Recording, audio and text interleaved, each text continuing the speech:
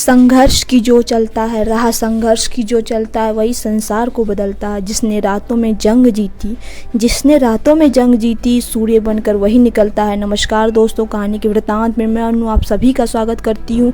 आज की कहानी है बैताल 25 जिस 20वीं कहानी है, जिसका शीर्षक है शेर बनाने का अपराध किसने किया। सोमपुर नगर में एक राजा राज्य करता था। उसके नगर में एक ब्राह्मण था जिसके 4 बेटे थे। लड़कों के सयाने होने पर ब्राह्मण मर गया। ब्राह्मणी उसके साथ सती हो गई। उनके रिश्तेदारों ने उनका धन छीन लिया। वे चारों भाई नाना के यहाँ चले गए, लेकिन कुछ दिन बाद वहाँ भी उनके साथ बुरा व्यवहार होने लगा। तब सबने मिलकर सोचा कि कोई विधा सीखनी चाहिए।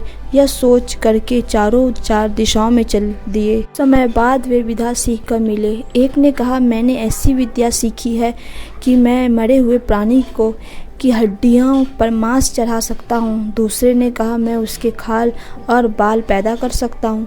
तीसरे ने कहा, मैं उसके सारे अंग बना सकता हूँ। चौथा बोला, मैं उसमें जान डाल सकता हूँ। अपनी विद्या की परीक्षा लेने जंगल में गए। वहाँ उन्हें एक मरे हुए शेर की हड्डियाँ मिली। उन्होंने उसे बिना पहचाने ही उठा लिया। एक ने मांस डाला, दूसरे ने खाल और बाल पैदा किए, तीसरे ने सारे अंग बनाए और चौथे ने उसमें प्राण डाल दिए। शेर जीवित हो उठा और सबको खा गया। सुनाकर बैताल बोला, हे राजा, बताओ कि उन चारों में शेर बनाने का अपराध किसने किया। राजा ने कहा, जिसने प्राण डाले उसने, क्योंकि बाकी 3 को यह पता ही नहीं था कि वे शेर बना रहे हैं, इसीलिए उनका कोई दोष नहीं है। सुनकर बैताल फिर पेड़ पर जा लटका। राजा जाकर फिर उसे लाया। रास्ते में बैताल ने एक नई कहानी सुनाई। तो कहानी कैसी लगी दोस्तों, कमेंट में ज़रूर लिखिए। सब्सक्राइब कीजिए, लाइक कीजिए। धन्यवाद दोस्तों।